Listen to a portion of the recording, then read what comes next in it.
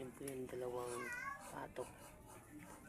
Parang nagsasaya sila kasi umulan rin dito sa amin. Parang nabasa rin yung lupa.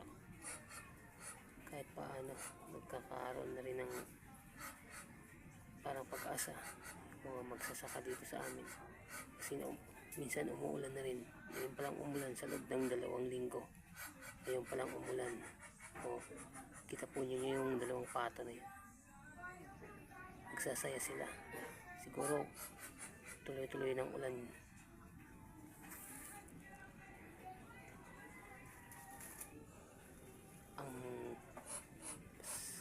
Ang super duck.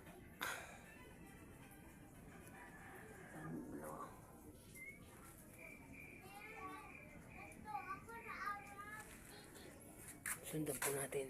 Parang nagsasaya sila kasi umulan din dito sa amin. Nabasa yung mga lugar-lugar na mga kanilang nagdadaanan.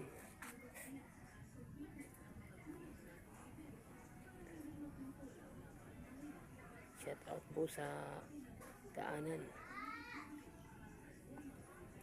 Parang madulas na dahil nabasa.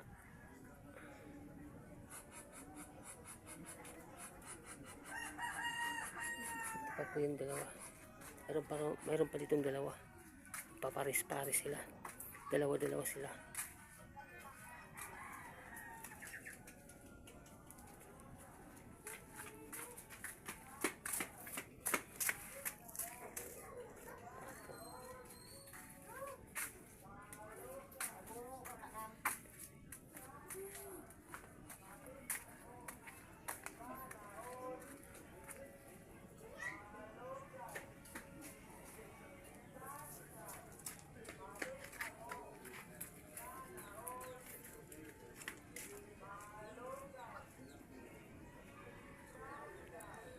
May sisiw din sa dulo dun, oh. May sisiw na pato. Yun, oh. Yun yung iba.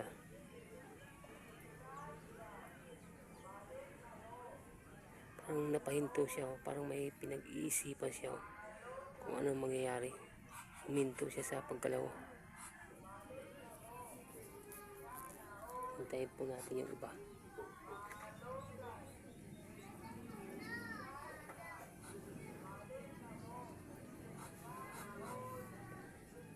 Hindi siya gumagalaw. Parang nakikinig din siya kung anong pinag-iisipan niya. Parang nakikinig kung ano kayang ginagawa sa kanya ano kayang ginagawa sa akin ng taong to, sabi niya. Parang lagi siyang binabantayan.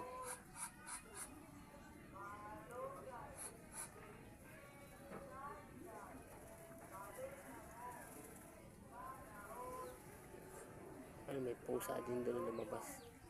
Masaya sana kung papunta dito para magkasalawin sila. Kung anong reaksyon naman ng pusa at saka itong pato na to. Yun po yung pusa, oh. Parang may ano doon sa dulo. May maliit na pato. Yung mga anak nila.